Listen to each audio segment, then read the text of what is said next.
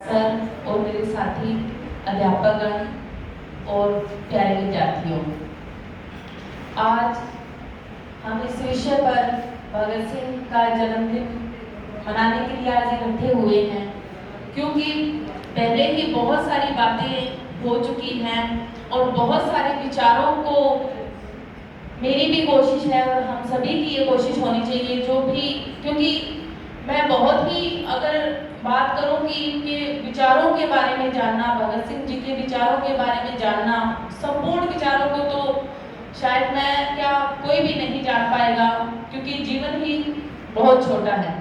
जैसे दर्शन सर कह रहे थे, सारी चीजों को समझने के लिए तो जीवन ही बहुत छोटा है।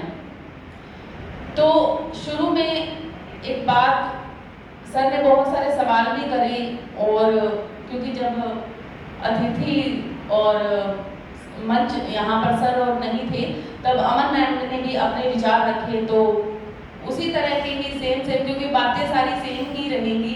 अब हम ऐसा तो है नहीं कोई नए विचार लेकर आए, क्योंकि मानवीय स्वभाव है और इतने सारे विचारों को लाना और प्रस्तुत करना भी बड़ा मुश्किल होता है। तो भगत सिंह एक ऐसी शख्सियत जिसके बारे में हम सभी जानते भी हैं और उनके बारे में उनको पहचानते भी हैं। जितना भी जैसे रील्स में देखते हैं, फोटो में देखते हैं, हमने यही देखा है कि जैसे मूंछों को ताप देते हुए हाथ में, जैसे नए जमाने के अनुसार जो है बंदूक हाथ में, पिस्तौल हाथ में देकर जो फोटो हमारे सामने आती है, तो हम एक ही चीज को अपने जीवन में उतारने की कोशिश करते हैं कि बंदूक चलाना और जो है मूंछों को ताप देना और सर पर इस तरह से पगड़ी को रखना ही बस हमने समझ लिया कि यही है भगत सिंह की पहचान, और इतने ही विचारों को हमें जानना जरूरी है। जबकि बात यहाँ से भी शुरू हुई थी कि भगत सिंह की सिर्फ फोटो को देखना और उनकी इतनी सी बातों को जानना ही काफी नहीं है।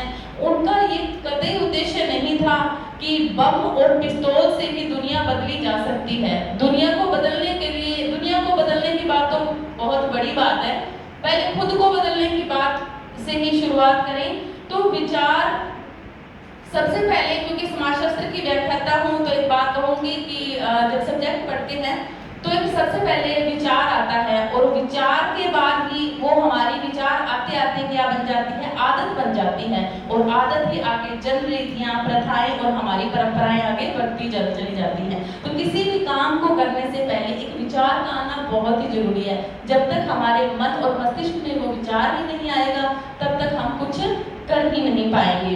तो इसीलिए हमें जो है भगत सिंह की जो बुक है, ज़्यादा बहुत किताबें तो बहुत सारी हैं, लेकिन जो मैं जानती हूँ, मैं नास्तिक क्यों हूँ, जो भगत सिंह की किताब है, जो कि बहुत बड़े मतलब पृष्ठ की बुक है, जिसके बारे में मैंने पढ़ा तो नहीं ज़्यादा, पर जितना भी जाना है, तो उनका कहना है कि सबसे पहले हमारे सामने एक होना चाहिए हमारा लक्ष्य, कि हमें करना क्या है। लक्ष्य अगर सही है तो हम सही रास्ते पर हैं। दूसरा कि किताबों को अपना दोस्त बनाएं जितना अधिक, क्योंकि सच्चा मित्र तो हमारी पुस्तकें ही हैं। क्योंकि अगर किताबें हमारे साथ हैं तो हम किसी भी परिस्थिति का सामना कर सकेंगे। किताबें एक वो है जो आप पाठ्यक्रम के अनुसार पढ़ रहे हैं, एक किताबें वो हैं जो आपको जीवन जीने का, हमें जीवन जीने का तरीका सिखाती हैं। तीसरा है कि आपके जो दोस्त हैं वो भी सही और सच्चे होने चाहिए। ये 2-3 चीजों को हमें जीवन में उतारना जरूरी है। इसी के साथ सर ने एक बात कही थी कि उनकी जो एक लाइन है, सरफरोशी की तमन्ना अब हमारे दिल में है।